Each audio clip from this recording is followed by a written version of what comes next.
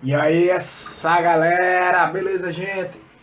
Pessoal, vamos continuar aqui com mais um conteúdo. Agora a gente entrando na segunda parte, quando a gente vai falar de alguns conceitos de sistemas operacionais, tá? Serão conceitos mais teóricos e gerais nessa primeira parte e algumas outras aulas que forem interessantes para quem quiser entrar mais detalhes estão gravadas aí na playlist de informática para concursos, né? Lá eu entro em mais detalhes, tá?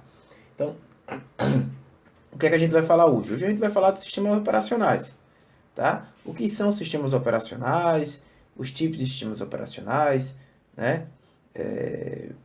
Qual a importância de um sistema operacional, né? Eu vou aqui logo dizendo que o sistema operacional, ou os sistemas operacionais, eles são obrigatórios, né? Por quê? Para você estabelecer uma interface com o computador. E quando eu falo em interface aqui, a gente vai falar daqui a pouco, não necessariamente eu estou me referindo a uma interface gráfica, tá? E aí, alguns tipos de sistemas operacionais, que talvez alguns, com certeza você já conhece.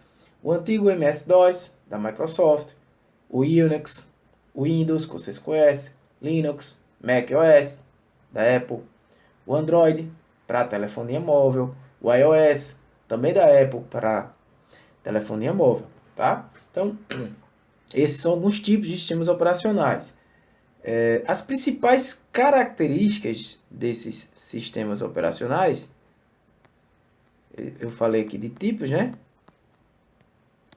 Agora vamos para as principais características. Eu vou comentar aqui algumas e outras eu vou só citar, tá?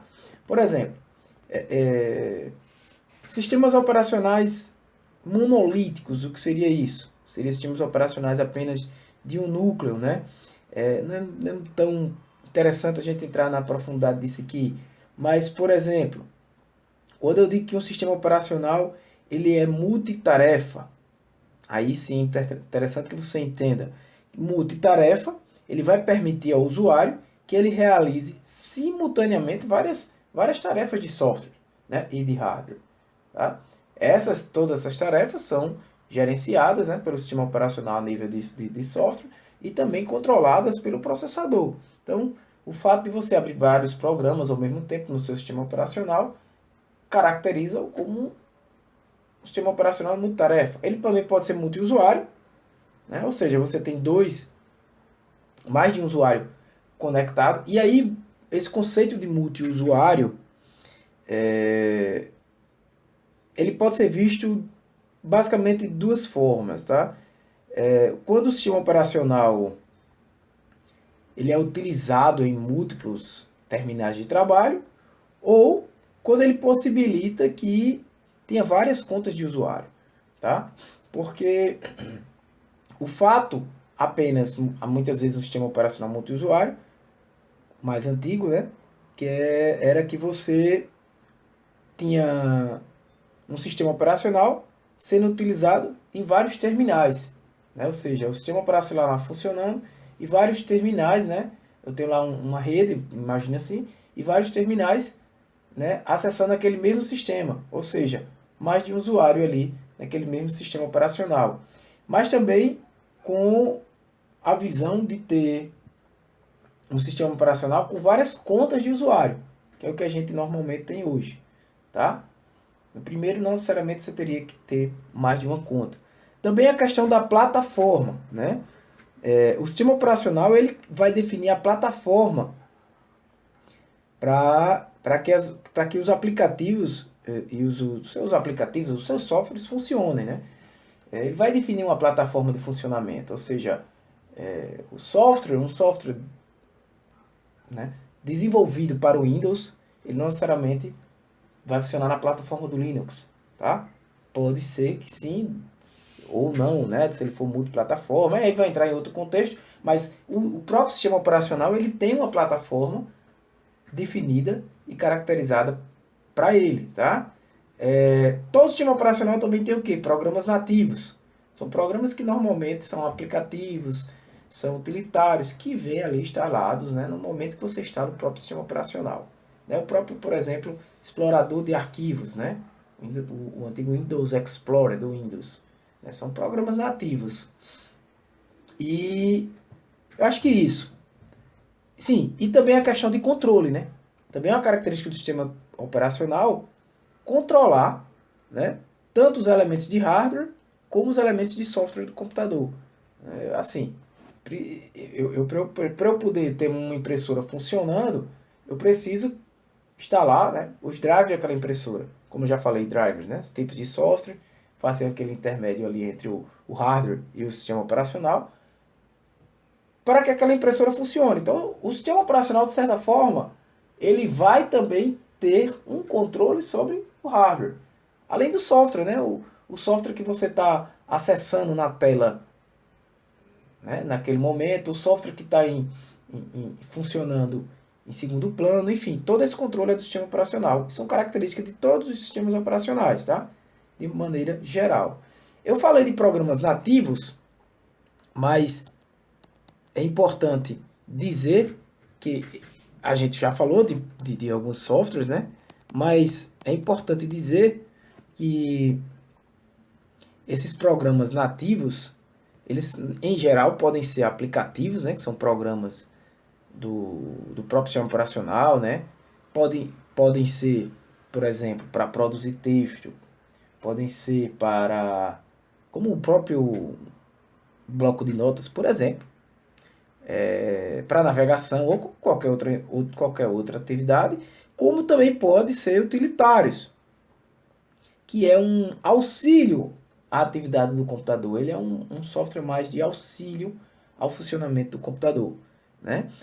Outro conceito importante ainda em relação aos sistemas operacionais é a questão do kernel. Tá? Todo sistema operacional, além dos elementos que ele tem, o sistema operacional também tem um conceito de kernel, que é o núcleo do sistema. Né? Kernel é o núcleo do sistema. É importante você conhecer esse termo. Esses termos iniciais sobre o que são sistemas operacionais. Tá? Para concluir, temos também o conceito de boot, que eu já falei, mas é importante que vocês saibam, que representa a inicialização do sistema, né, de configurações do seu computador, sistema de configurações iniciais. Ou seja, ele carrega automaticamente todos os elementos que a gente tem como fundamental para o funcionamento do computador. Né? Ou seja, vai desde os componentes de redes, de hardware, né? Até toda a configuração por exemplo, de memória, placas, enfim. Então, no boot, normalmente, a gente tem lá instalado no nosso computador um sistema operacional, mas é possível você ter mais do que um sistema operacional. Agora, você pode ter mais de um. Só não é possível você inicializar dois ao mesmo tempo. Por quê? As plataformas são diferentes. Né? Então, existe algumas rotinas de inicialização, por exemplo, no o Linux, ele tem algumas rotinas, como por exemplo, usando o Grub ou o Lilo, que vai te permitir, são rotinas de inicialização do sistema, que vai te permitir escolher qual sistema operacional você quer inicializar, que você quer usar. Tá? Você tem que escolher um deles. Beleza? Então, atenção para o boot em entender que representa a inicialização, não é do sistema operacional, inicialização de teu sistema de maneira geral. Tá? Um processo de boot, quando você liga o computador, aquele processo é o chamado processo de boot.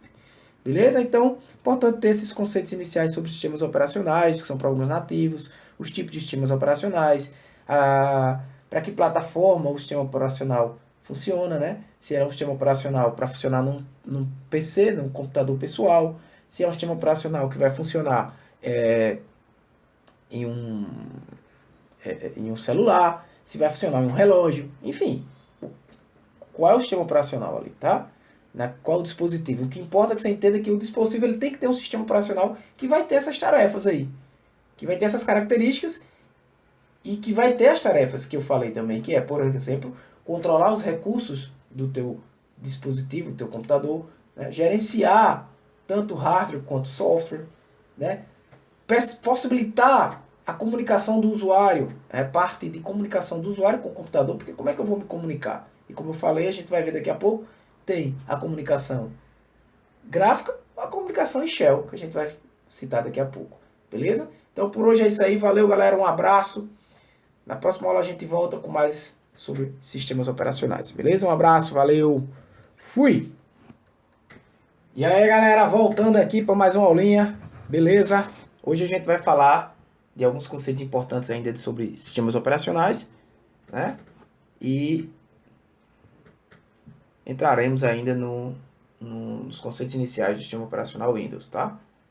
Que é o foco das aulas aqui deste curso. Então, os sistemas operacionais, gente, eles definem uma coisa chamada de sistema de arquivos, tá? Sistema, o que é isso? Só para vocês entenderem melhor, tem uma aula na playlist também de concursos que é mais específica sobre esse assunto, mas o sistema de arquivos ele vai representar a forma de como o sistema operacional controla as informações que ele tem. Por exemplo, esse controle pode ser por meio da criação, da movimentação dos arquivos, da execução dos arquivos. É como se fosse uma linguagem que o sistema operacional tem para ele manipular aqueles arquivos, tá? Então, entenda assim, quando você formata o seu HD, por exemplo, o seu SSD, né?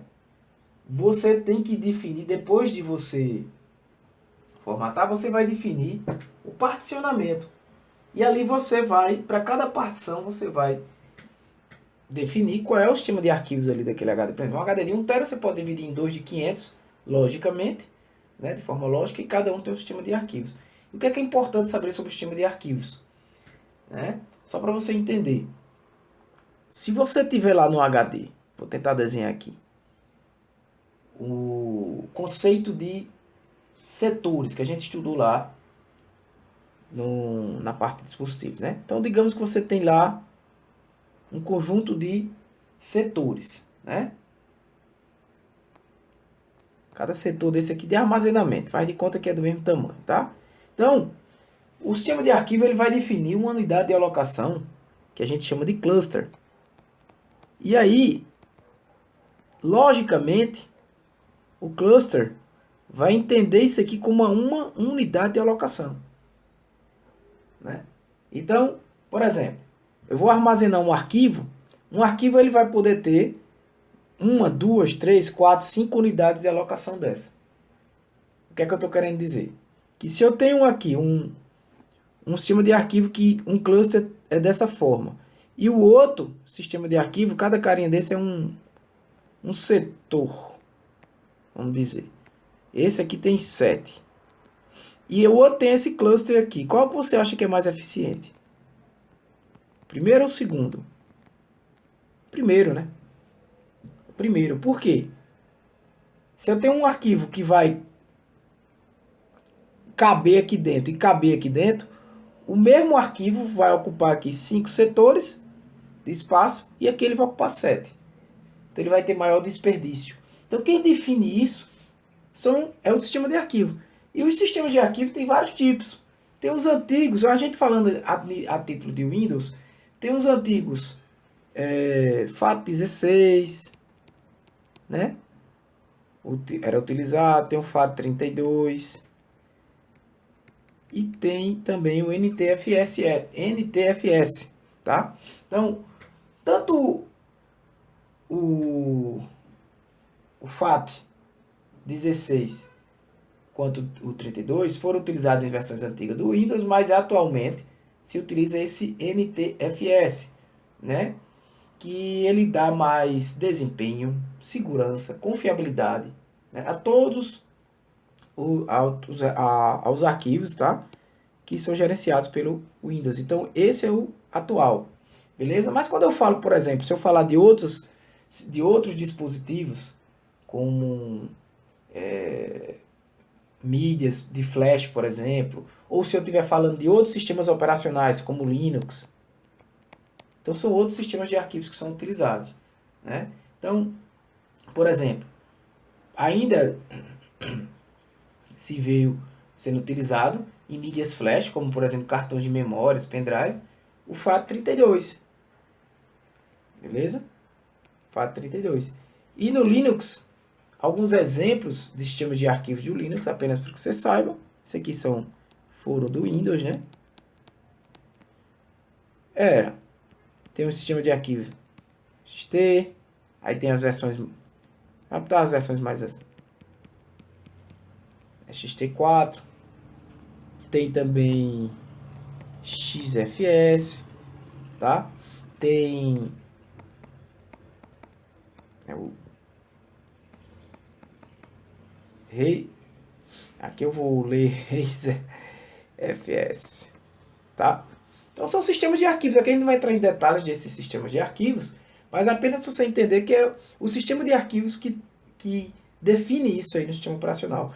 E é interessante você saber, por exemplo, que é o sistema de arquivos que vai dizer, por exemplo, qual o tamanho máximo que um arquivo pode ter. Só essas perguntas são respondidas pelo sistema de arquivos que o sistema operacional está utilizando, né? Qual o tamanho máximo que ele pode ter, qual a quantidade máxima de caracteres no nome de um arquivo, tá? Que mais? Algumas outras características de sistema de arquivos e sistemas operacionais. Por exemplo, no NTFS, só para dizer o que significa também, tá? NTFS é New Technology File System, porque foi uma nova tecnologia de sistema de arquivos que a Microsoft trouxe após os FATs, tá? Foi projetado pela Microsoft para desde lá o Windows NT, que era um sistema operacional mais para servidor, né, lá atrás, tá? Há décadas atrás. Mas posteriormente todas as versões de Windows vieram com esse sistema de arquivos, né? E ele tem uma melhor recuperação de arquivos do que os FAT, por exemplo, tá? Permite arquivos maiores, com maior quantidade de caracteres também, tá? Então, o sistema de arquivo vai definir isso aí. Tem vários sistemas de arquivo, tá, gente? Por exemplo, se você for trabalhar, quando você vai trabalhar com DVD, tá? Com CD, já é outro sistema de arquivo, né? Tem um sistema, tem também sistema de arquivo, como eu falei, para utilizar em pendrive, cartão de memória. Então, todos esses dispositivos ele tem um sistema de arquivo definido, tá? Então, eu acho que para sistema de arquivo é isso que vocês precisam saber, principalmente essa diferença do tamanho do cluster, tá?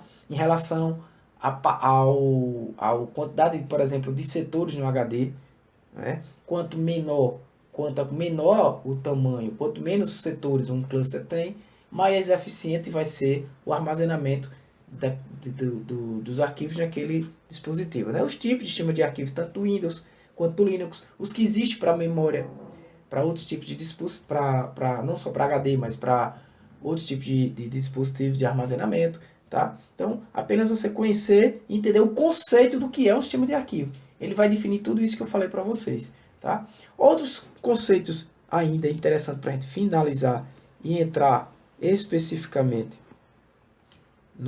em um sistema operacional, no sistema operacional Windows, né? São os conceitos de o que são emuladores, né? O que faz um emulador, o próprio nome já diz, né? Ele emula, né? O emulador, ele emula programas, né? Que permitem o que? Simular um sistema operacional em outro. Por exemplo, se você quiser muitas vezes jogar alguns jogos no seu computador, você precisa simular um outro sistema operacional funcionando no sistema operacional que você está utilizando para poder jogar aquele jogo, porque aquele jogo só funciona naquele sistema operacional, por exemplo, de um videogame, né? Isso era muito comum a gente fazer para jogar alguns jogos de videogame em computador. Outra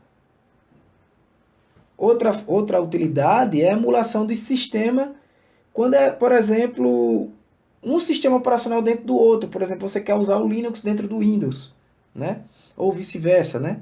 Então, por exemplo, para o Linux, os principais, tem alguns emuladores que permitem isso, né? Principais emuladores de Linux para o Windows é o Samba, tem o X-Windows, Kimu, tem alguns aqui que eu trouxe para vocês se quiserem pesquisar, né? Mas esse é o conceito de emulador, de emular, de simular, né? O conceito de simular um sistema operacional, usar um sistema operacional sobre o outro, tá? Para finalizar, como eu falei para vocês, os modos de trabalho que a gente falou na última aula. Basicamente, os modos de trabalho são dois, que a gente falou no modo shell e no modo gráfico.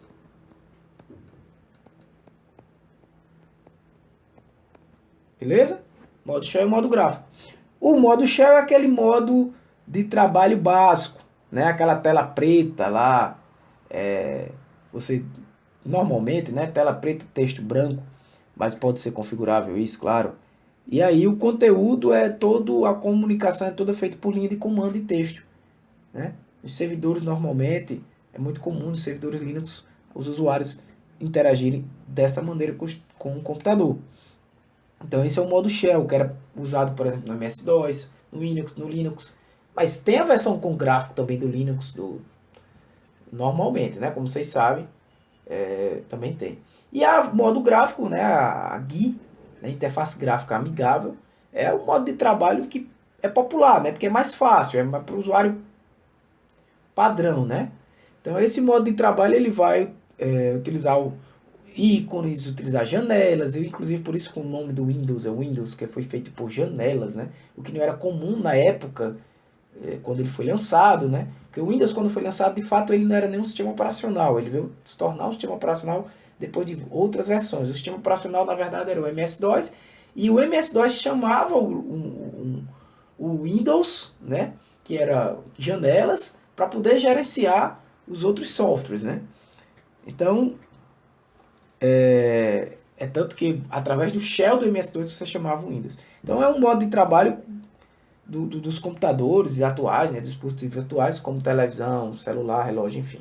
Então é uma interface gráfica. Beleza? Então, valeu galera. Por hoje é isso aí. Mais uma aulinha falando de sistema de arquivos. É importante você entender o que são sistemas de arquivo, quais são as funções do sistema de arquivo num sistema operacional, em um dispositivo. Saber que existe vários tipos de sistema de arquivos, que eles que determinam ali, por exemplo, o tamanho de um cluster no HD para poder saber quantos clusters, por exemplo, um arquivo vai ocupar. Então, quanto maior, pior, né? Quanto mais setores em um cluster, pior, porque você vai ocupar muitos setores para armazenar os arquivos. E aí os sistemas de arquivos utilizados no Linux, no Windows, os mais atuais, né? Enfim, as características detalhadas desse sistema de arquivo não é interessante aqui. O que é emular é você simular um sistema operacional sobre outro. O que é modo de trabalho é você saber, você usando a modo gráfico ou modo em shell. Enfim, são conceitos apenas que você precisa conhecer nesse mundo, né, informatizado, para que você não saia por aí escutando coisas e viajando, né, na maionese no seu trabalho, no dia a dia, e não sabia o que é o modo gráfico. Você está lá usando direto e não sabe, né? Esses conceitos básicos de fundamentação aqui em sistemas operacionais, beleza? Valeu, galera, um abraço, Deus abençoe vocês, fui!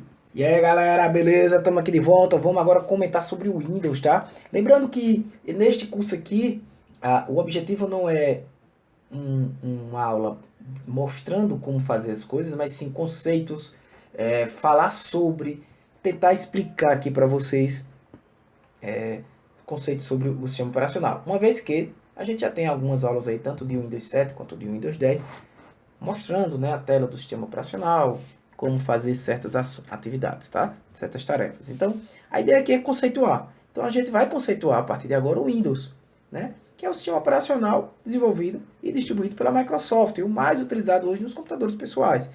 Esse Windows, né, ele vem de versões antigas, desde a versão 1.0 lá de trás. Então, eu vou apenas falar para vocês, né? Nem todas as versões do Windows podem ser, na verdade, classificadas como sistemas operacionais, como eu já tinha dito na aula passada, pois algumas delas elas foram apenas uma interface gráfica que funcionava, na realidade, sob o DOS, que era o sistema operacional. Então, aquela versão inicial 1.0, 2.0, teve, deixa eu só escrever aqui, né, Windows, que é o que a gente está falando, e falando sobre algumas versões. As versões do 1.0 até o 3.11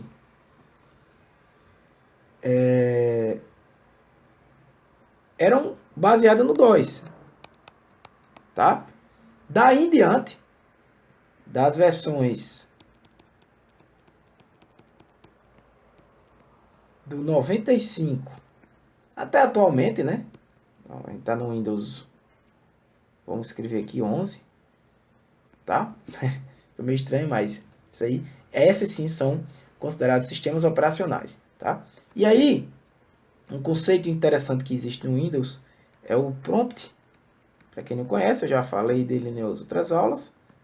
O prompt de comando, né? Ou aquele CMD. O que é isso? Ele é como o Windows incorporou o antigo DOS, né? Que funcionava com comandos de texto, funcionava em shell. O prompt de comandos, ele possibilita que a gente, o usuário, trabalhe não apenas com comando de texto, mas também com arquivos de lote, e fica semelhante, ele lembra o funcionamento do DOS, tá? Então, por exemplo, você pode dar comandos para visualizar os arquivos, né, de uma pasta, e eu vou falar de diretório de pasta já já.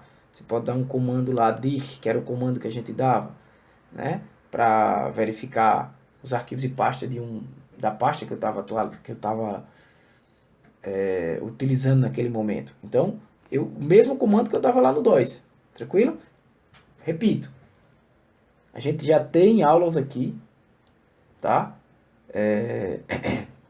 Mostrando vários comandos desses. A ideia aqui é apenas conceituar esses termos que a gente tem no Windows, tá?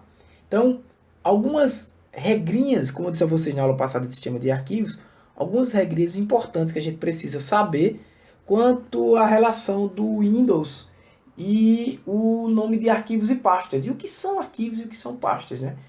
Mas antes disso, algumas regrinhas. Por exemplo, tem alguns símbolos que a gente não pode gravar, né, nos arquivos. Por exemplo, símbolos que não podem ser utilizados no Windows, né? E aqui depois eu vou conceituar arquivos em pastas, mas aqui eu vou falar de alguns símbolos que eu não posso usar, né? Tem o menor, maior, barra, certo? Contra barra, a barrinha reta, asterisco, interrogação, dois pontos e aspa dupla. Beleza? Então, esses símbolos não podem ser utilizados, tá? Em nome de arquivos. E pelo motivo do Windows também ser uma herança do MS-DOS, alguns outros termos também não podem, como por exemplo, termos de nome de portas de comunicação que a gente tinha no COM1, LPT, LPT1 e aí por diante, LPT2, tá? Então alguns termos não são permitidos também. Agora aqui, vindo para cá, lembrando que isso é só uma revisão, tá? Separado. O que são arquivos e o que são pastas, tá? Como eu já falei antes, tanto arquivo quanto pasta no Windows, na visão do Windows, são conceitos não só do Windows, mas de qualquer sistema operacional, são conceitos lógicos, tá? Não é o arquivo em si é um termo lógico. Então, a ideia de arquivos e pastas é que as pastas possam organizar os seus arquivos. Então, você pode ter pastas e subpastas. E dentro dessas subpastas, ter outras subpastas, até você ter o arquivo. É a ideia de uma árvore hierárquica, né? De diretórios. Você também pode chamar esses, em alguns sistemas operacionais, essas pastas de diretórios, tá? Então, O que é uma subpasta? É uma pasta dentro de outra. E aí vai formando essa árvore. Tem a raiz, por exemplo, dos dados. E aqui eu tenho uma pasta, tenho outra. Né? Aí eu tenho outra pasta. E aqui eu posso ter, por exemplo, um arquivo. Aqui eu já posso ter um arquivo também. E dentro dessa pasta um arquivo. O que eu não posso é nesse arquivo ter uma pasta. Isso não. Tá? Quadradinho aqui, um retângulo é uma pasta. Aí eu posso aqui ter um arquivo. E nem o conceito também de subarquivo. Isso também não existe. Tá? Fica uma coisa sem sentido. O que você poderia imaginar se eu pegar um arquivo de vídeo ou um arquivo de texto, sei lá, um arquivo de uma imagem e jogar dentro de um arquivo de texto. Não faz sentido isso aí. Tá? Então, isso você não vai ter ali um subarquivo. Tá? Como também, por exemplo, enviar por e-mail determinada pasta que contém diversos arquivos, né? E se faz necessário fazer uma compactação ali, o arquivo compactado não possui estrutura de subarquivo, tá? Na verdade, ele é apenas ali é o conceito de compactação de arquivos que a gente vai também ter aula sobre isso, beleza? Então, para finalizar, algumas regras para manipulação de pastas e arquivos no Windows, né? Importante você saber que quando você seleciona um arquivo, ou seja, você vai lá no clique do mouse, cursor do mouse, e pá, clica, e arrasta até uma outra pasta de um mesmo diretório raiz, o arquivo é movido. Tá? Ou seja, se você clica em cima do arquivo, lá no explorador de arquivos, e arrasta, você vai mover. O arquivo vai sair da origem e vai para outra pasta. Certo? Se tiver no mesmo diretório raiz. Tá? Outra regra. Selecionar um arquivo, com o cursor do mouse lá, você clica, e arrasta até outra pasta, mas de outro diretório raiz. Interessante aí, o arquivo vai ser copiado. Os diretórios são diferentes. Os diretórios raiz são diferentes. Então o arquivo vai ser copiado. Não vai ser movido. Então ele vai continuar com uma cópia na origem. Tá? Outra regra no manuseio de arquivos. E lembrando, eu vou falar aqui das regras e já vou falar das teclas de atalho que a gente costuma utilizar. Ctrl C, Ctrl V, Ctrl X. Como eu disse a vocês, isso aqui é uma aula mais de conceituação. Esse curso é mais de conceituação de informática. Tá? Mas posso até trazer algumas aulas práticas depois, mais de conceituação de termos de informática. Tá? Por exemplo, outra regra, você selecionar um arquivo com o cursor do mouse, também, arrastar até outra pasta de outro diretório raiz, mas mantendo a tecla Shift pressionada. Aí o arquivo vai ser movido. Lembra que no caso anterior, o arquivo era copiado, mas se eu segurar o Shift, ele é movido. Beleza? Então preste atenção aí se você estiver segurando o Shift de de diretórios raízes diferentes. Tá? Selecionar um arquivo com o cursor do mouse, selecionando o atalho, por exemplo, Ctrl X, esse aqui, você dá um Ctrl X, seleciona o arquivo, dá Ctrl X, sem sair da pasta de origem, certo? Seleciona o atalho do teclado Ctrl V, vai dar um erro, porque você vai estar na mesma pasta de origem. Você dá um Ctrl X, Ctrl V na mesma pasta, no mesmo local onde o arquivo está. Vai dar um erro. Ele vai ser recortado e colado ali mesmo. Vai dar um erro. Se, por exemplo, se eu selecionar um arquivo, né, com o mouse, a mesma coisa, né? Seleciono, aí clico Ctrl C. Não sai da pasta de origem. E dou Ctrl V. O que é que vai acontecer? Quem já fez isso? É uma cópia do arquivo. E aí vai aparecer o nomezinho lá, cópia, né? Você dá Ctrl C, Ctrl V no arquivo que você selecionou. Vai fazer uma cópia. Agora, Ctrl X, Ctrl V vai dar um erro. Tá? E por fim, uma regra para finalizar. Por exemplo, quando você tenta salvar um arquivo com o mesmo nome já existente na mesma pasta. E aí você vai aparecer uma caixa de diálogo com as opções. Se você quer substituir, se você quer fazer uma cópia, né? Se você quer, enfim, você pode também fazer isso aí, tá? Quando você vai salvar um arquivo com o mesmo nome. Beleza? Então, algumas regras, alguns conceitos importantes que você precisa saber no gerenciamento de arquivos e pastas lá no Windows, né? Você gerencia esses arquivos e pastas onde? No explorador de arquivos. E qual é a teclinha? Uma tecla de atalho. Janelinha do Windows, mais né? Desenhar essa janelinha do Windows aqui. Mais sei lá. 4. Muito mal desenhada. Mas aquela teclinha de janelinha do Windows, mais beleza? Vai ser o explorador de arquivos, lá onde você pode fazer tudo isso que eu falei. Importante ter esses conceitos em mente.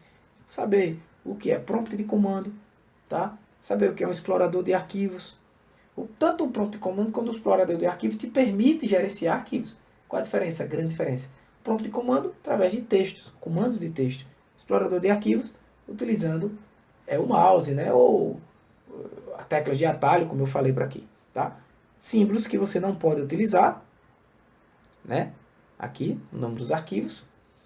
E versões, só curiosidade, também versões de Windows antigas, né? Que eram baseadas no DOS, e versões recentes que são de fato sistema que dá a característica de sistemas operacionais. Nas próximas aulas a gente vai citar, né? A gente não vai praticar aqui o uso do bloco de notas, as ferramentas que o Windows traz. A gente vai citar ferramentas que o Windows traz, o que é que cada uma delas faz, a função delas, enfim.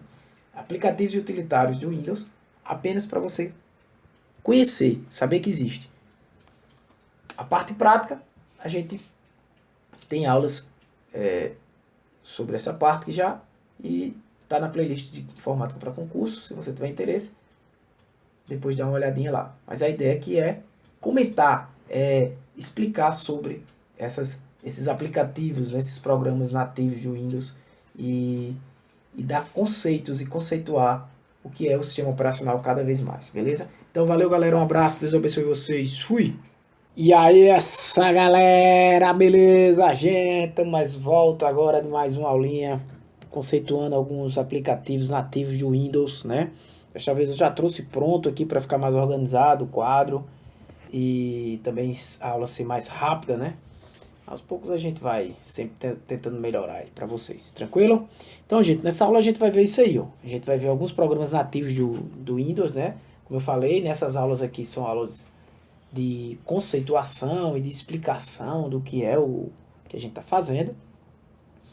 E teremos também uma aula prática, uma aula prática apenas para apresentar essas ferramentas para vocês que devem já conhecer, mas a ideia é fixar esses conceitos para que vocês saibam o que vocês estão fazendo. Então, iniciando pelos programas nativos, né? São aqueles programas que vêm já com a instalação, apenas uma observação. Alguns softwares como a suíte de ferramentas Office, né, da Microsoft, também o LibreOffice, o LibreOffice, né, eles não são programas do Windows nativos, tá? O sistema operacional ele tem outros programas e aplicativos de edição de texto, enfim, planilhas eletrônicas. E um detalhe interessante é que muitas vezes o Word, no caso, por exemplo, a gente classifica mais ele como um processador de texto, o que é bem diferente de um bloco de notas, o caso aqui de um bloco de notas, ou Notepad, que ele é um editor simples, né, o mais básico de texto, né? Ele tem um formato, uma formatação simples, né? Você não pode formatar o texto por partes, por exemplo, você formata o texto como um todo, né? Diferente de outras ferramentas. E são poucas formatações, como o tamanho da fonte, o estilo, né? Mas ele não vai permitir, por exemplo, recursos mais avançados, né? A formatação básica do bloco de notas é TXT, né? Você usa muito o bloco de notas para trabalhar com textos puros, né? Textos puros, e muitas vezes até na parte de análise de dados, algumas migrações de dados, O bloco de notas termina sendo utilizado porque ele é uma formatação, ele não tem formatação, né? O padrão dele é sem formatação, não tem nenhuma formatação específica. Então, ele é muito usado nessas áreas também. Não tem manipulação gráfica, né? Você não usa imagens, não você, nem outros recursos, componentes como tabelas, links, por exemplo. Já o WordPad, né? Que é um editor de texto mais avançado, bem mais do que ele chega, de certa forma, até lembrar o Word, né? Ele tem uma formatação mais avançada, mas é importante saber que o RTF é a extensão padrão, mas que o DocX, ele, em algumas versões mais recentes, é possível, né, você ter extensão DocX em alguns arquivos mais recentes, nas versões mais recentes do Windows, né? Windows 10, por exemplo, você consegue salvar nessa extensão, que é a extensão padrão do Word, né? Aceita elementos gráficos, tabelas, links, tá? Então é o WordPad. Como eu falei, né? Na aula que a gente vai ter uma aula prática desse conteúdo aqui, eu vou apenas apresentar essas ferramentas, esses conceitos que eu venho mostrando nessas aulas de Windows, tá? Tem também as notas autoadesivas, né? Que são conhecidas como post-its virtuais, aqueles que você abre e fica lá na tela, como anotações coisas que você tem a fazer. E, por exemplo, nesses post-its ou stick notes, né? Você consegue, por exemplo, você permite colocar imagens, alguns marcadores lá no próprio post-its, né? Mas você não salva aquelas anotações como você salva, por exemplo, no bloco de notas, no arquivo daquele post-it, tá? Ele fica lá, o post-it, você abre, ele já tá tudo lá, né? Tá os post-its tudo na tela, na sua tela, se você quiser deixar como avisos, lembranças, lembretes que você tenha a fazer, né? O leitor básico de arquivos PDF no Windows é o próprio browser, tá? Porque as versões do Windows tradicionalmente não abrem arquivos com extensão PDF, então o próprio browser que vem no Windows, no caso o Microsoft Edge, né, é o padrão, tá? Quando a gente fala de imagem, lembra logo de quê? Do Paint, né? O Paint é o aplicativo padrão. Você pode classificar o Paint como um software aplicativo, você salva os arquivos, não é isso? E quando você salva por padrão, claro que você pode salvar um arquivo no Paint JPG, várias extensões de imagem, tá? A gente pode ter uma aula depois falando dessas extensões, falando de compactação de arquivo e falando de várias extensões de arquivos, né? Independente se é de imagem, se é de texto, podemos depois dar uma aula só sobre isso. Mas o BMP é o padrão, mas nas versões mais recentes, né? As versões mais recentes passou a ser o PNG, né? Porque a extensão BMP ela é um pouco limitada quanto à qualidade da imagem. Então as versões mais recentes do Windows trouxeram o PNG como o padrão. E aí, depois a gente vai falar do Paint 3D, mas de forma ainda não para o Windows atual, mas por quase todas as versões de Windows o padrão é o Paint, né? Mas nas versões mais recentes do Windows, aí eu conto aqui, eu vou botar até aqui escrito agora, essas versões mais recentes aqui, eu estou me referindo a Windows Vista para cá, tá? Deixa eu escrever aqui. Nas versões mais recentes, então eu vou botar aqui assim.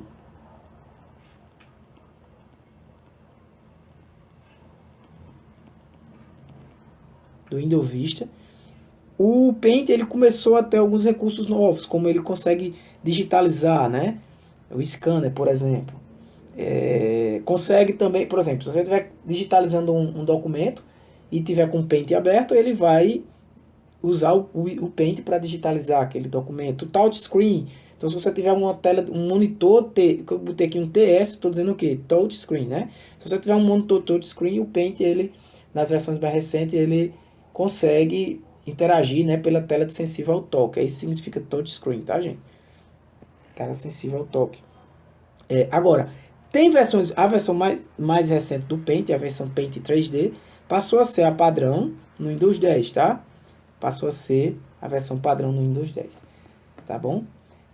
Quanto à acessibilidade, o que é que a gente tem? O que é acessibilidade? Vai facilitar o acesso ao sistema operacional, facilitar que o usuário utilize os recursos, né, os softwares, as aplicações do sistema operacional. Então é isso que é o conceito de acessibilidade. E aí dois softwares, né, nativos de Windows interessantes. A lupa, que vai aumentar a tela, aumenta mais de 200 vezes, é isso que eu estou dizendo aqui, tá?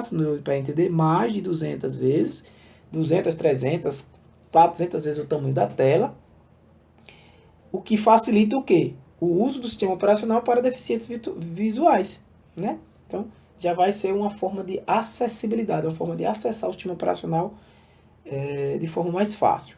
Existe também o teclado virtual. O teclado virtual é um software também do Windows, tá? Nativo.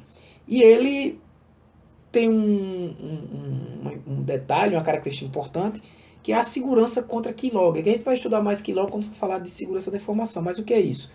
Keylogger é um spyware, um spyware, aí já passando para outro assunto, né?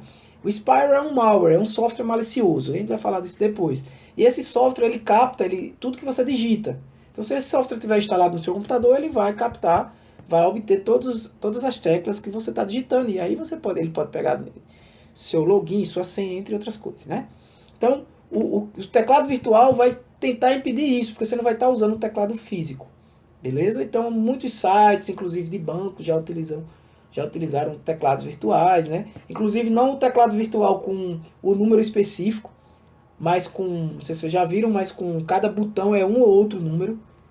Então, se sua senha é 1, 2, 3, 4, 5, 6, aí tem um botão lá, 1 ou 6. Então, se tem um, você clica naquele. Porque existe também o screen logger, né? Que capta pontos da tela, né? Screen de tela, logger, né? De captar isso aí.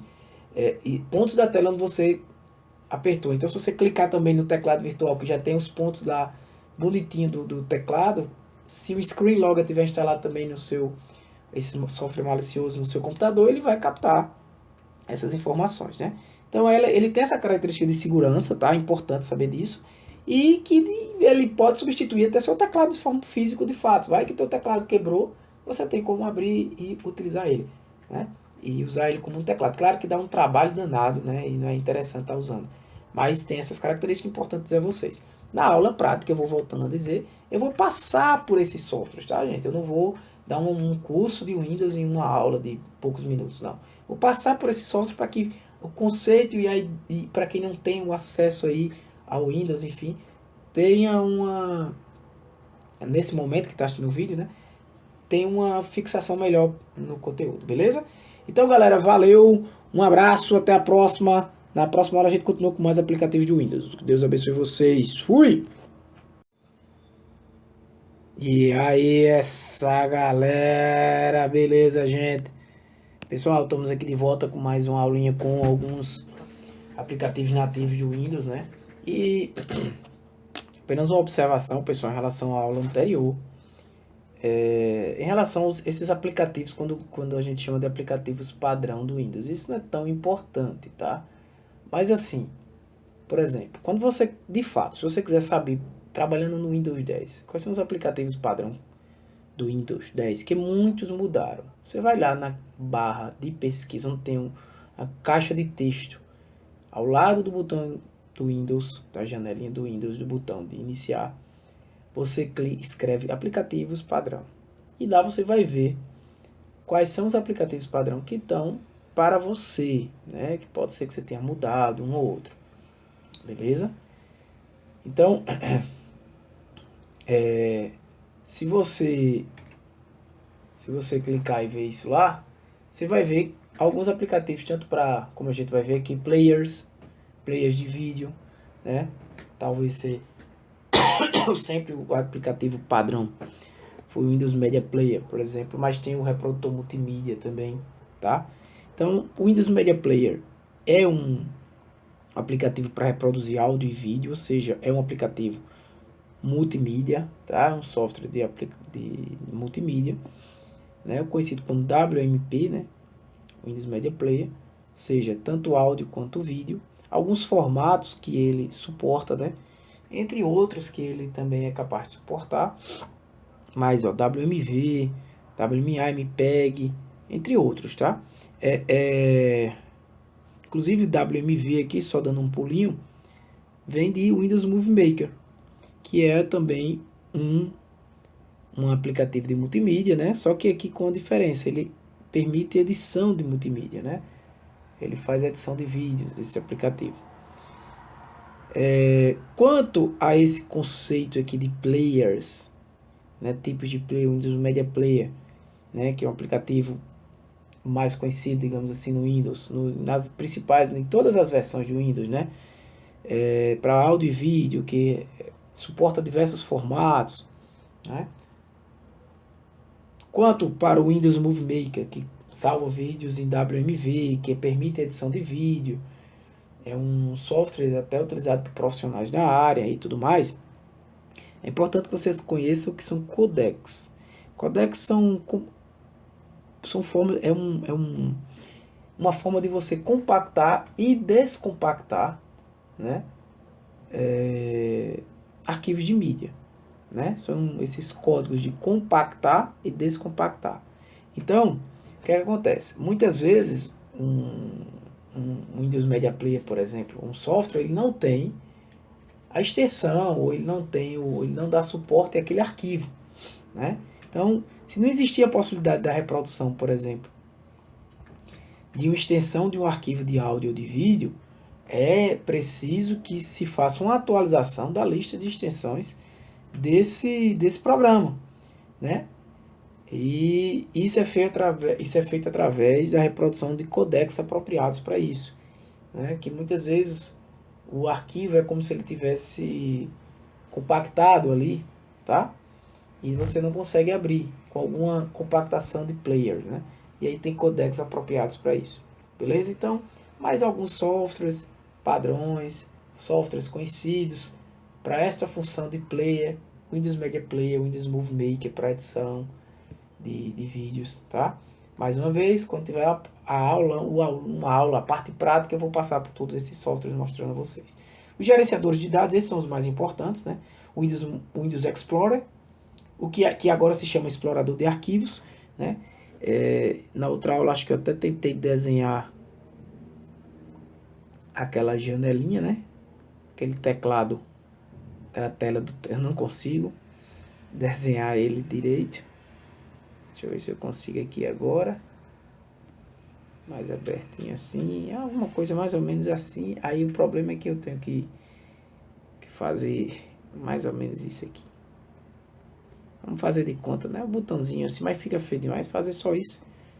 Mas você abre ele, né? O explorador de arquivos. Essa tecla de atalho aqui. Para que serve o explorador de arquivos? Aí é o cara que você gerencia seus arquivos. Onde você cria a pasta, aquilo que eu falei. Move arquivos, o que eu falei na outra aula, né? De mover, de copiar. Gerencia seus arquivos, coloca numa pasta, coloca em outra unidade. Você tem lá, por exemplo, um HD com duas partições. Perfeito? Um HD com duas partições. Então vai ter lá uma partição na C, outra partição no D. Como eu disse a vocês, cada partição dessa vai ter o quê? Um sistema de arquivos. Normalmente o NTFS. Né? Principalmente o sistema de arquivos onde está instalado o sistema operacional Windows. Né? O Windows utiliza o NTFS, sistema de arquivos NTFS. Beleza? Então, se você tem lá duas partições no mesmo HD, né? Ou no SSD, ou você tem um HD e um SSD. Né? Então você vai ter uma unidade para cada um. Você pode ter um HD com duas partições e um SSD com a outra partição. Eu, por exemplo, já fiz isso no meu computador, de ter um SSD para o sistema operacional, porque de fato o SSD permite o funcionamento mais rápido do sistema operacional, tá? Então a gente já falou isso nas aulas, na aula de componentes físicos. E lá no HD, que eu tenho um espaço geralmente maior, eu dividi lá em duas partições, enfim. E tenho duas partições lógicas. Eu tenho fisicamente um HD, mas com duas partições lógicas. O que é que eu estou querendo dizer com isso? Então, se eu tiver lá a unidades no sistema operacional, o sistema operacional vai reconhecer, por exemplo, o C2 pontos lá no meu SSD, que é onde está o sistema operacional, o D2 pontos como uma partição lógica do HD e por exemplo, um E2 pontos, ou até um F, dependendo de como se eu tenho um DVD ou não instalado, enfim, lá no no HD também, lá no sistema operacional, aparecendo uma segunda partição. Então, digamos, um E2 pontos e um F2 pontos, que seriam as partições desse HD. Né? Então, cada partição dessa vai ter um sistema de arquivos. Aí, voltando para cá, no explorador é onde você vai organizar tudo isso, né? Onde você vai acessar essas partições, os dados que estão em cada uma delas. Né? Então, onde você vai organizar, você vai poder formatar essas unidades, essas partições. E aí tem vários tipos de formatação. Formatação básica, basicamente, os arquivos não são de fato apagados. Eu não vou entrar em detalhes quanto a isso, não é o objetivo dessa aula. E a formatação completa, que ela é mais, digamos assim, de fato, quando você vai, por exemplo, formatar para instalar um novo sistema operacional, é a mais indicada. Né? E também onde você permite, por exemplo, entre várias outras coisas, no explorador de arquivo, esse quando a gente passa na aula prática eu vou passar mais tempo, permite inserir atributos do arquivo. Né? Então, o que são esses atributos? São características associadas ao arquivo. Né? Características associadas ao arquivo. Características essas que, por exemplo, se um arquivo ele é um arquivo de texto, ele não vai deixar de ser um arquivo de texto se eu mudar algum atributo dele. São coisas diferentes, tá? Uma coisa é eu ter um arquivo de texto com um atributo de somente leitura. Por exemplo, eu atribuo a esse arquivo ser somente leitura. O que é que eu estou querendo dizer? Que ele vai deixar de ser, por exemplo, um arquivo de texto agora, já que ele é somente leitura, ele vai virar um PDF, é isso que eu estou querendo dizer? Não, nada a ver. Tá? Ele vai continuar sendo um arquivo de texto, agora ele vai ter um atributo, uma característica, que só vai permitir leitura. Ele não vai permitir que o arquivo seja alterado sem, claro, a permissão de um proprietário. E aí eu garanto um conceito que a gente também vai ver lá em segurança, chamado de integridade. Tá? Eu vou garantir que aquele arquivo não vai ser modificado. Vou garantir integridade. Então, integridade é o que eu garanto aqui. Eu garanto aqui integridade.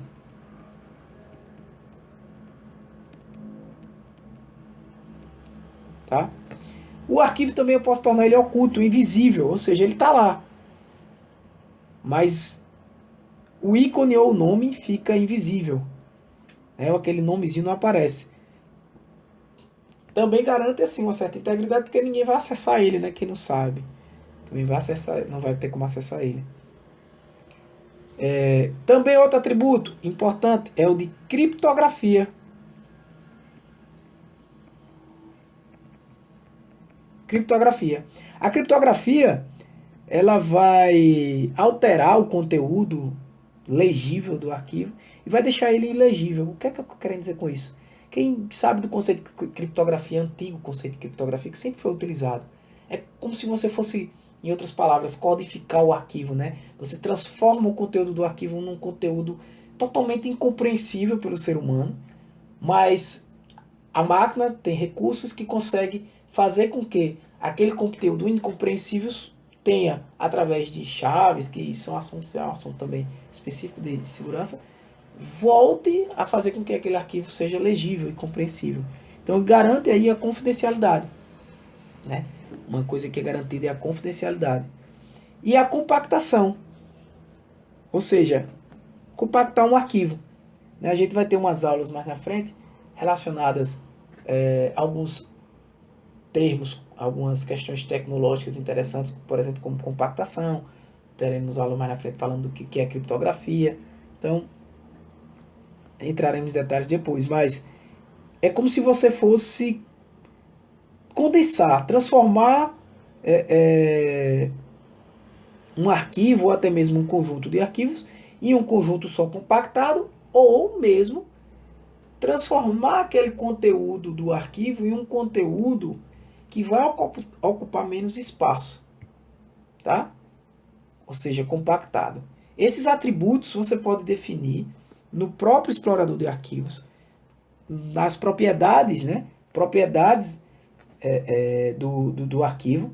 Né? Você quando clica no botão direito do mouse e vai lá em propriedades, você vai ter a opção de geral, aí vai ter lá a opção de atributos. Eu estou falando aqui, imaginando, mas como eu disse a vocês, eu vou dar uma passeada, vai ter uma aula prática passeando por essas ferramentas, tá? Para que vocês fixem melhor o conteúdo. Então tem lá a opção de atributos de somente leitura, a opção de atributo oculto, que são atributos básicos, né? E tem também a opção de criptografia e compactação, que são avançados, tá? Nessa propriedade do arquivo você também encontra outras metadados do arquivo. Você encontra metadados do arquivo como tamanho, extensão, é, data de modificação, e tudo isso são informações, né? É o que eu chamo de metadados, a gente costuma chamar de metadados do arquivo. São dados sobre dados, ou seja, dados que dão dizem algo sobre um outro dado que é o arquivo. Tá? Então, alguns tipos de compactadores, né? Alguns tipos de extensão de compactação, as mais conhecidas hoje, o zip, né? E o RAR, mas o RJ, lá antigo RJ, quem usou aí, mas hoje muito utilizado o RAR, né? A compactação RAR. E para finalizar, os softwares gerenciadores de e-mail. Desde sempre o Windows trouxe como gerenciador de e-mail principal do Windows o Outlook, né? Na versão do Windows 7, por exemplo, ele era chamado de Outlook Express, né? Mas hoje no Windows 10, eu vou até colocar aqui, no Windows 10, chama-se de e-mail, né? O e-mail, tá? Se você fizer lá aplicativos padrão, escrever esse aplicativos padrão lá na caixa de pesquisar, você vai ver essa opção aí de e-mail lá no Windows 10, tá? Bem, a ideia aqui é apresentar para vocês o software, dizer as principais características de cada um deles, né, para que vocês compreendam, e depois, lá, mas quando terminar essa parte, a gente vai passar por esses softwares utilizando pelo sistema operacional mesmo, tá? Com a tela, mostrando a tela. Beleza? Então é isso aí, galera. Um abraço, valeu, que Deus abençoe vocês. Fui! E aí, essa galera, beleza, gente?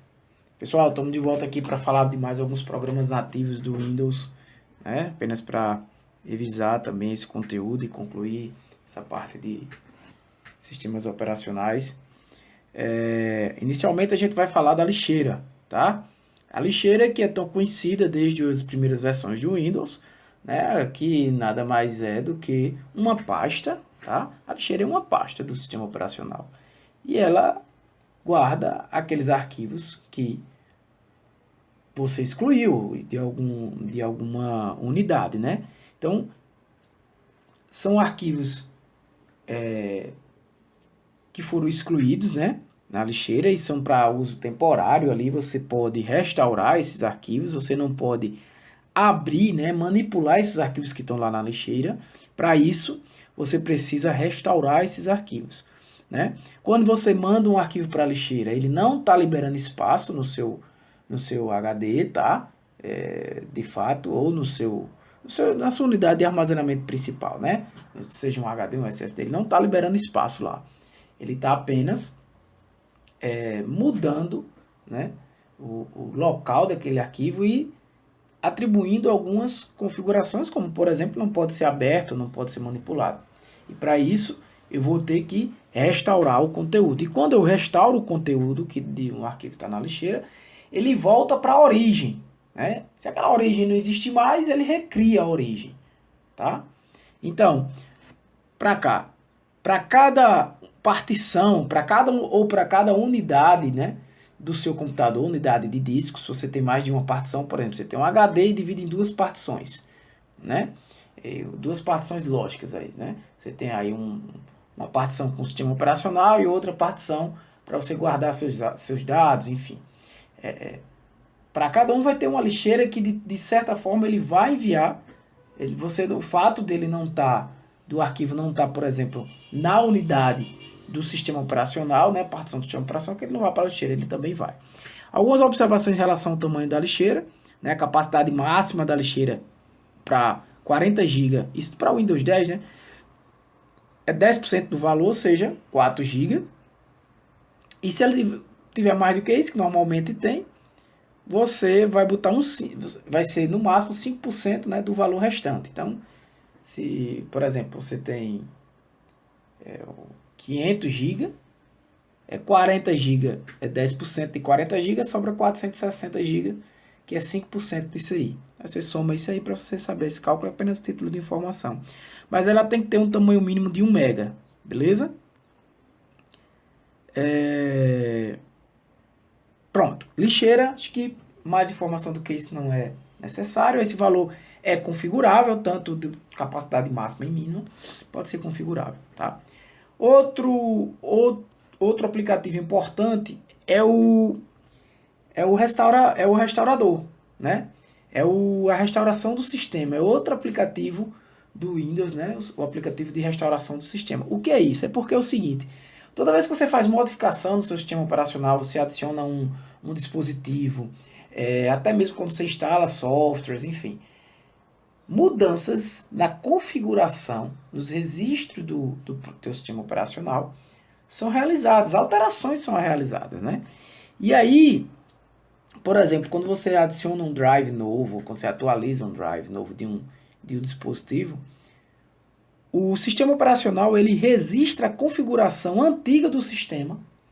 Por quê? Porque é aquela ideia de que a configuração antiga está funcionando bem, né? Então, é uma forma de segurança, né? De garantir. Essas aplicações aqui, principalmente essas três que eu vou falar, restauração, ScanDisk e desfragmentador, são mais para manutenção do sistema operacional. Então, qualquer alteração dessa de driver vai provocar essas mudanças de configuração e essas mudanças são registradas em arquivos que a gente chama de arquivos RAIDs, tá? Então, para cada mudança dessa é criado o quê? Um ponto de restauração.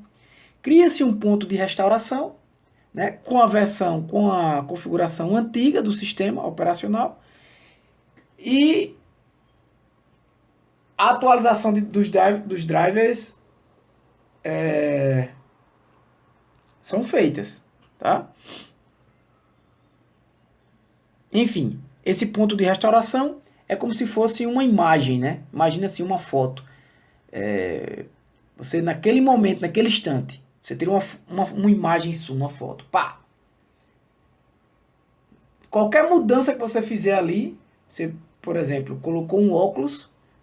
Se você quiser ver você como estava sem o óculos, você olha aquela foto. Você registrou um instante daquilo ali. Então esse é o ponto de restauração do sistema. Ele grava, né? Ele dá como se fosse uma imagem daquele instante. É possível você criar vários pontos, você criar pontos de restauração de forma automática, né? Sempre que há uma mudança dessa, há um ponto de restauração automaticamente. Então é possível de forma automática, mas é possível também agendar, né? Criar tarefas agendadas para esse ponto de restauração. Por exemplo, você criar um ponto de restauração, sei lá, diariamente do seu sistema. Todo dia vai ser criada uma restauração por questão de configuração e de segurança, né? Enfim, essa é a ideia do restaurador do sistema. Tem também o ScanDisk, que ele vai buscar erros, tá? Tanto erros físicos quanto erros lógicos, com a grande diferença que erros físicos de um disco, principalmente HD, ele não vai corrigir. Erros físicos são erros físicos mesmo, né? Que dificilmente são corrigidos, inclusive, em HD.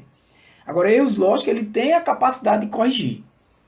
Erros de leitura lógica de arquivos corrompidos, por exemplo, ele tem a capacidade de corrigir. Não, também não vai garantir que vai ser corrigido.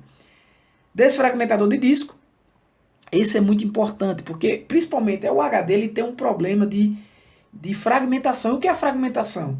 De tanto você utilizar o seu sistema, você coloca arquivo, retira arquivo, apaga arquivo, altera, aumenta o tamanho do arquivo. Então, todo esse uso é comum que seu HD se fragmente. O que é fragmentar? É criar, vamos imaginar assim, criar buracos no espaço de armazenamento, né? Vamos imaginar dessa forma. A modificação de dados provoca isso, né?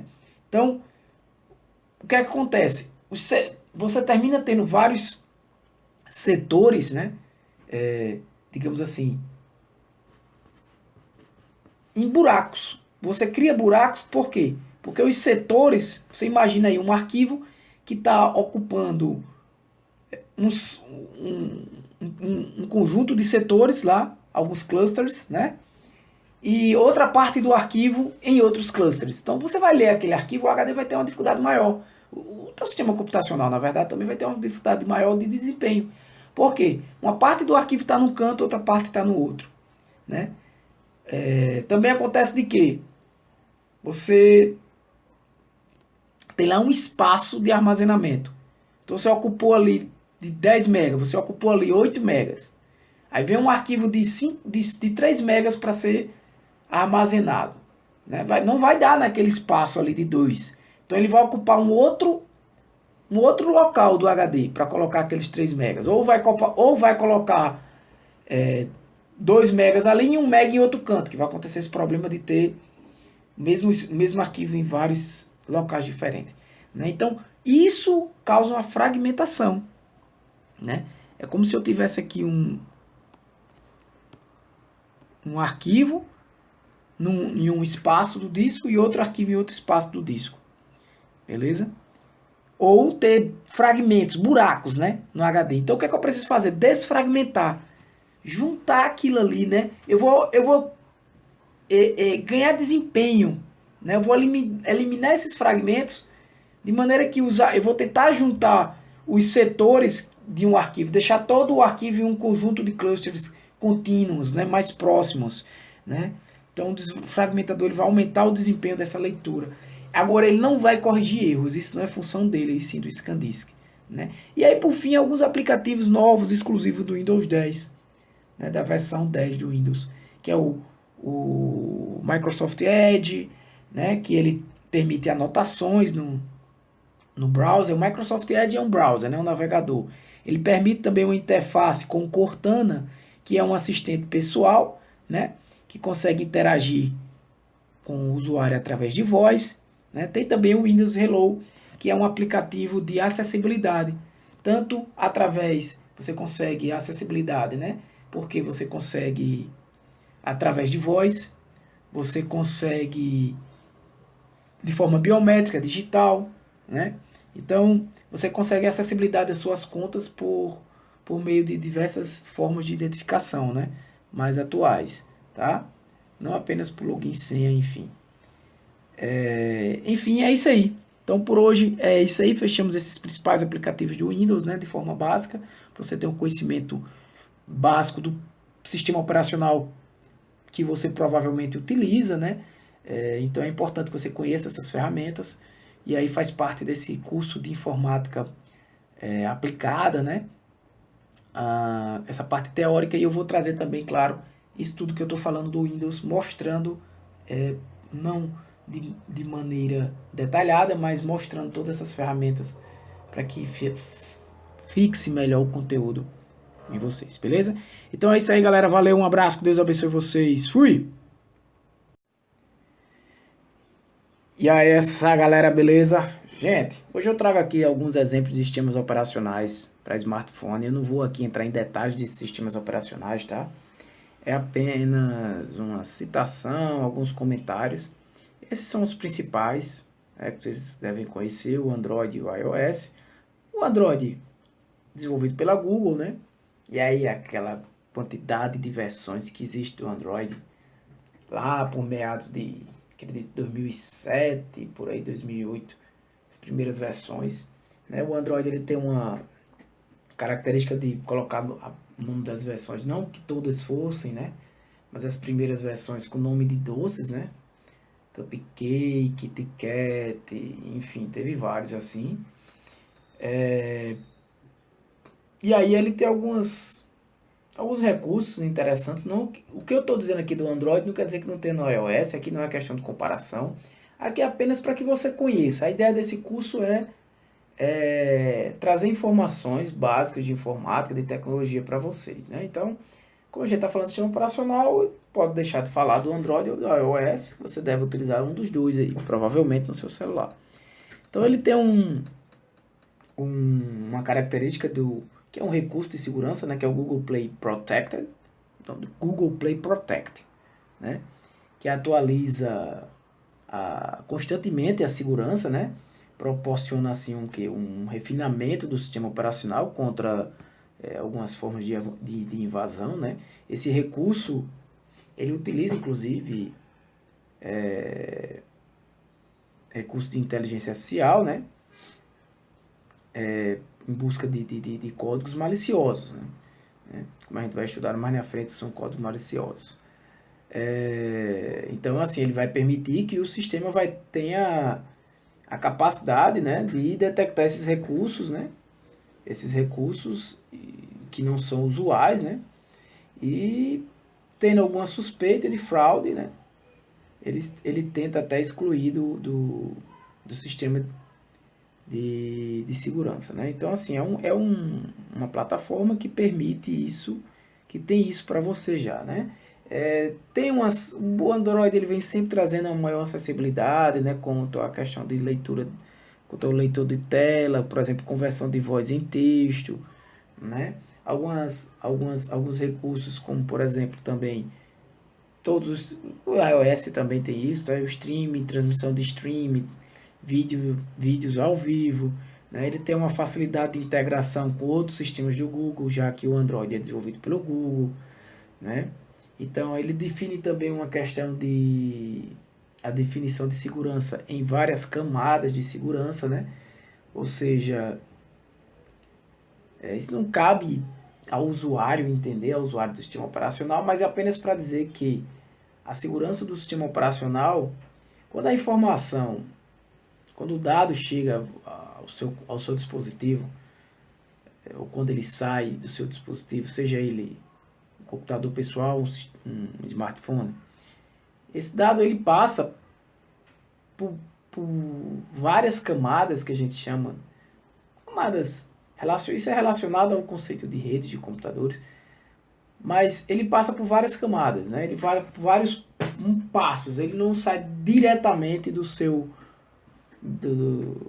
seu aplicativo, né? Do aplicativo que você está usando para o ponto lá de conexão de rede, né? Então ele passa por várias camadas. E essas camadas, nessas camadas é implementado segurança, né? Recursos de segurança, processos de segurança, para evitar invasões, evitar danos, enfim. Então, é um sistema operacional muito utilizado, né? Até então, parece ser no momento até mais usado do que o próprio Windows.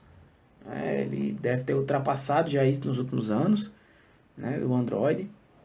Então, ele tem também uma transparência em relação maior do que o iOS nesse caso aí, para desenvolvedores, principalmente porque o iOS e para acionistas também, essa questão de acionistas eu estou falando em relação a relatórios do próprio, do próprio sistema operacional, tá? Mas em relação à transparência que eu estou querendo dizer aqui em relação ao iOS, é porque o iOS ele é um sistema fechado, né? Desenvolvido pela Apple, ou seja, ele é um sistema operacional que é desenvolvido para os produtos da Apple, né? O Android, por exemplo, você utiliza ele no Samsung, a Samsung pode utilizar, mas outros fabricantes também de smartphone também podem utilizar, LG, por exemplo. Né? O iOS ele tem essa característica de ser da Apple. Né? Então, o iOS ele também tem alguns recursos de privacidade, né, do sistema operacional, que vai permitir ao usuário utilizar esses recursos de privacidade, que são recursos de proteção de dados. Né? Ele pode habilitar esses recursos de proteção de dados, por exemplo, localização de dispositivos do próprio smartphone, isso é comum. Você registrar, por exemplo, o seu relógio, para que ele busque. Né? Então, esses sistemas operacionais de smartphone eles têm essas características mais, digamos assim, portáteis, né? Que são relacionadas com o que está com você, o que você está usando ali no dia a dia. É um pouco diferente da ideia do sistema operacional para PC. A Siri, né, que é o recurso de assistência por voz da Apple, né, possibilita ao usuário aí realizar ações por comando de voz. Ele também disponibiliza um mapa, né, exclusivo da Apple, o iOS, um mapa para localização e acessar a navegação GPS. Né? Ele já vem no próprio sistema operacional. E tem também aí um recurso de navegação orientada à curva, né, que chama lá no Apple, essa navegação em curvas, que segundo o próprio desenvolvedores, né, é um recurso mais avançado de navegação por mapas e GPS, que é oferecido pelo sistema operacional. Né? Isso vai possibilitar o quê? uma navegação, digamos assim, exclusiva, segundo o desenvolvedor, né? Os desenvolvedores. Uma navegação exclusiva e detalhada, né? Assim, mais detalhada, para a curva, para cada curva que é feita no seu percurso, quando você está com o celular ali em sua mão, né? Próximo a você. E aí, segundo eles, vai permitir um controle mais apurado de localização, né? Inclusive, esse recurso aí, ele contribuiu para a chegada de tecnologia de carros autônomos, né? Segundo os desenvolvedores. Então, apenas informações básicas sobre esses dois sistemas operacionais para a gente finalizar esse conteúdo de sistemas operacionais. E aí, como eu prometi, na próxima aula eu vou trazer para vocês um overview, né? Uma visão geral do Windows, né? Em tela mesmo, gravado em tela, para que a gente possa, na próxima parte da aula, né? Desse conteúdo, para que a gente possa fixar, né, tentar fixar melhor aí o conteúdo que foi passado, né, revisar o Windows, sistema operacional Windows de maneira geral, trazer esses conceitos importantes e fechar essa parte de sistemas operacionais, beleza? Então é isso aí, galera, um abraço, Deus abençoe vocês, fui! E aí, pessoal, estamos de volta aqui, beleza? Galera, como eu prometi, eu ia dar uma passada aqui pelo Windows, né? Uma passada pelo Windows, mostrando o que a gente viu, né? Algumas partes do que a gente viu. A gente discutiu sobre sistemas operacionais, citamos o MS-DOS, o pai do Windows, né? Falamos aqui principalmente do Windows, que é o sistema operacional que provavelmente você deve utilizar no computador. Comentamos também dos sistemas operacionais para smartphone, né? Entre outros também, né? Falamos um pouco do sistema operacional Linux, as características de ser um sistema de código aberto, né? Sistema de código livre, enfim. Falamos de todas aquelas características de sistemas operacionais, de sistemas de arquivo, né?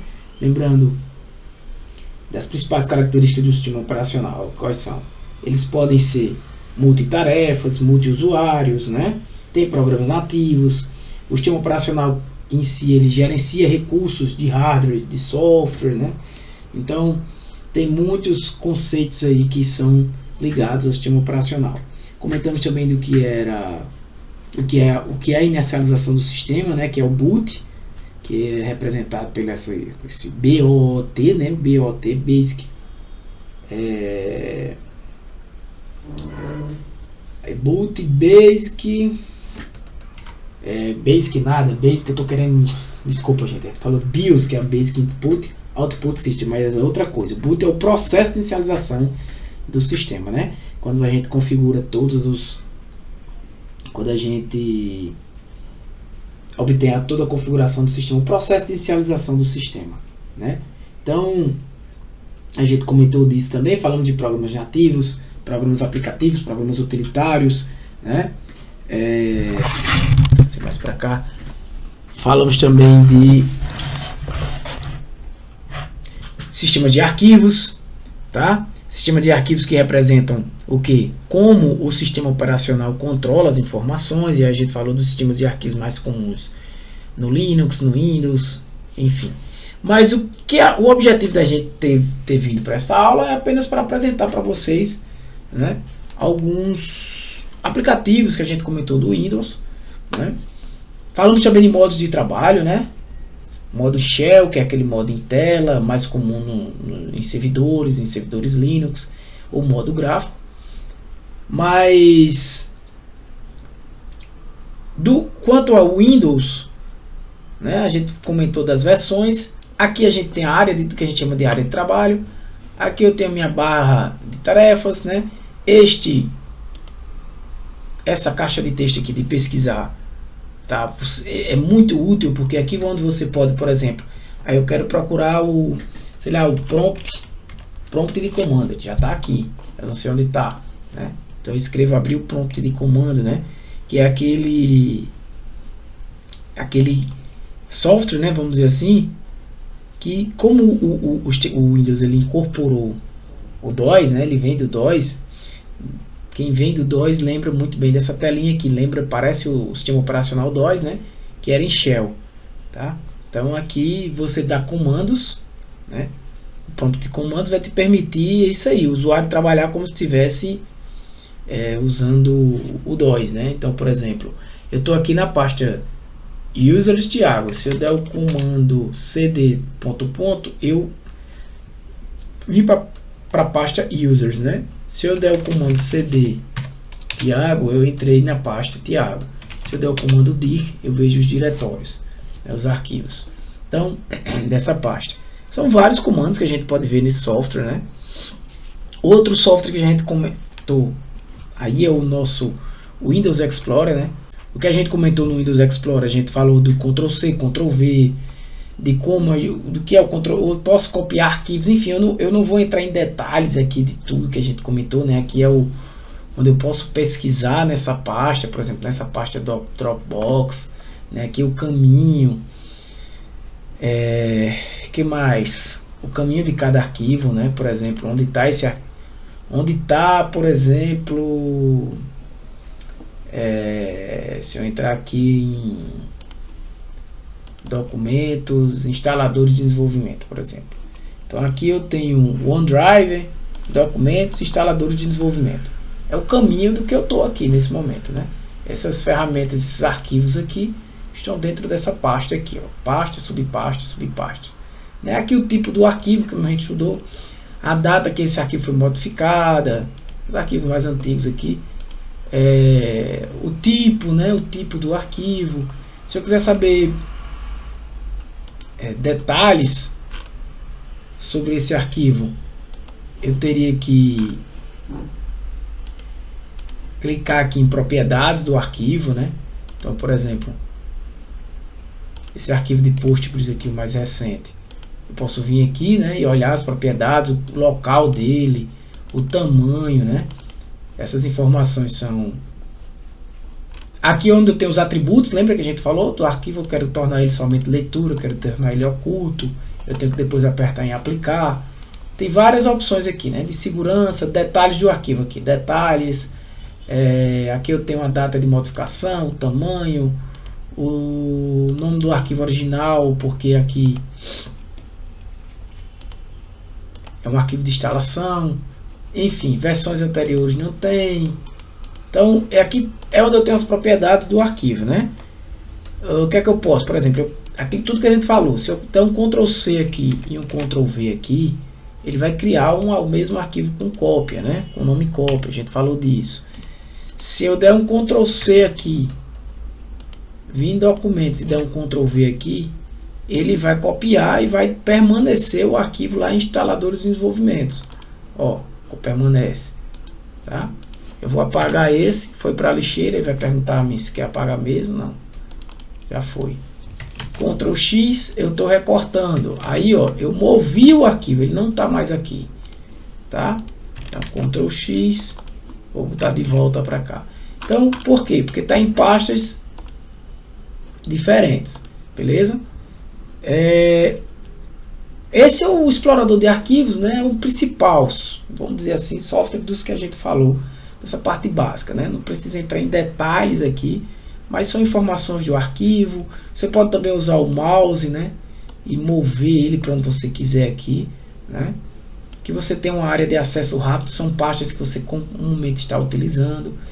Pasta de download, normalmente quando você faz download por padrão na internet, os arquivos vêm para cá, beleza? Então essa aula aqui é apenas para mostrar as ferramentas, né? Então outras que a gente falou, eu falei do Notepad, que é o bloco de notas, né? Arquivo de texto. A gente falou também de quem? Do WordPad, também é um arquivo de texto, né? Lembra mais o Word, né? Aqui quando você vai salvar um arquivo, ele pergunta, ó, qual o formato, você vai salvar o formato ReadText, que é o padrão dessa ferramenta. No bloco de notas, o padrão é o TXT, tá? Arquivo TXT. É muito comum utilizar esse bloco de notas aqui para fazer anotações, para você também criar arquivos de dados, né? Para exportação de dados, tá? O que é que a gente falou mais? A gente falou do Paint. Então, o Paint, né? Aquele arquivo, aquele programa. Tem o Paint e o Paint 3D, né? Então, tem o Paint para imagem, onde eu posso fazer desenhos aqui, desenhar o que eu quiser, como eu posso abrir também arquivos de imagem, né? e o Paint 3D, que a gente também comentou as características de cada um. Beleza? Eu não vou entrar em detalhes aqui, nenhuma dessas ferramentas, apenas falando, né? No Windows 10, lembrando que ele tem interface de digitalização, né? Se eu fosse digitalizar aqui algum documento, ele funciona. Se meu monitor for touch screen, também funciona.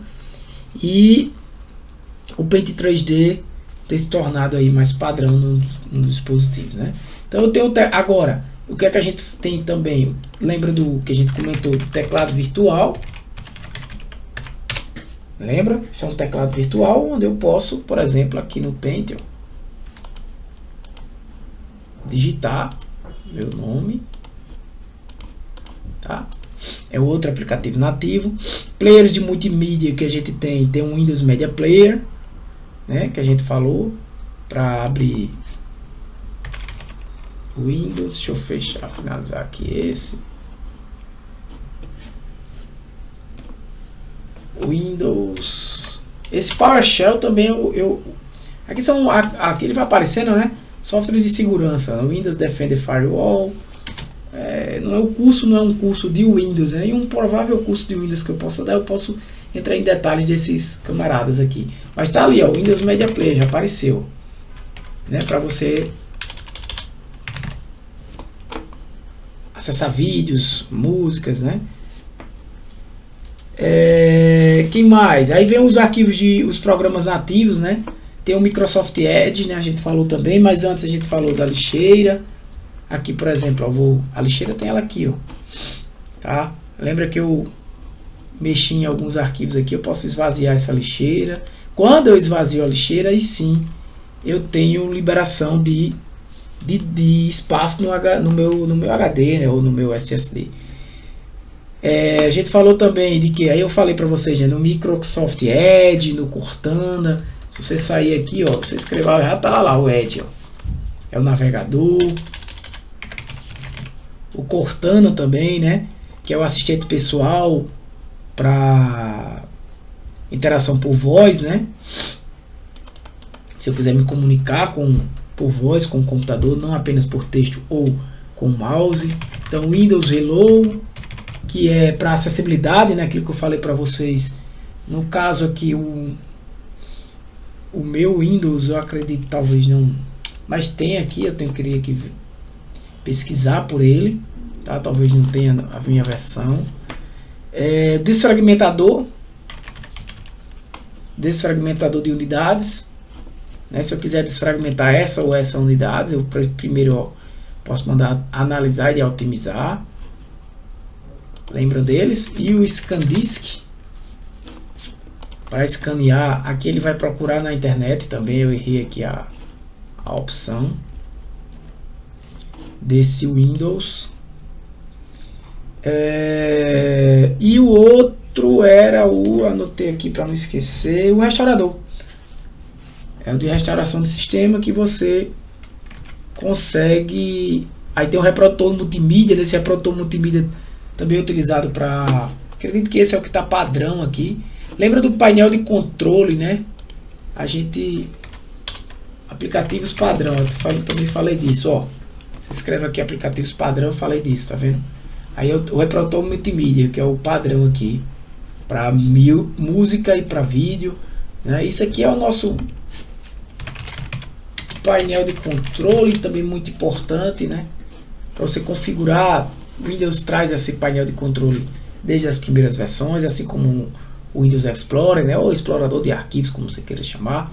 Então, assim, a ideia aqui é apresentar esses softwares, né? Eu tenho algumas aulas gravadas aí, se você tiver interesse de conhecer mais, principalmente no Windows 7, sobre painel de controle, sobre o Windows Explorer também. Tem aulas específicas dele, tá? Essa aula aqui é mais de revisão, de apresentação, né? Uma forma mais apenas aplicando, mostrando onde ficam essas ferramentas, né? Mas em breve a gente vai ter também um curso apenas só de Windows para detalhar mais isso aí, tá? Então, por hoje é isso aí, tá? Eu só queria apresentar essas ferramentas que a gente comentou e até a próxima aula, galera, que já vai ser outro assunto, não vamos mais falar de sistemas operacionais. Que são os atalhos, né, galera? Os atalhos de vários softwares, beleza? Quem tiver interesse mais no Windows, tem aulas aí, eu posso até colocar na descrição desse vídeo o link para as aulas de Windows 7 e de Windows 10 um pouco mais detalhadas. Tranquilo? Aqui é um pouco mais resumido, um pouco mais de revisão, um pouco mais básico para essa aula aí de sistemas operacionais. Beleza? Valeu, galera. Um abraço. Que Deus abençoe vocês. Fui!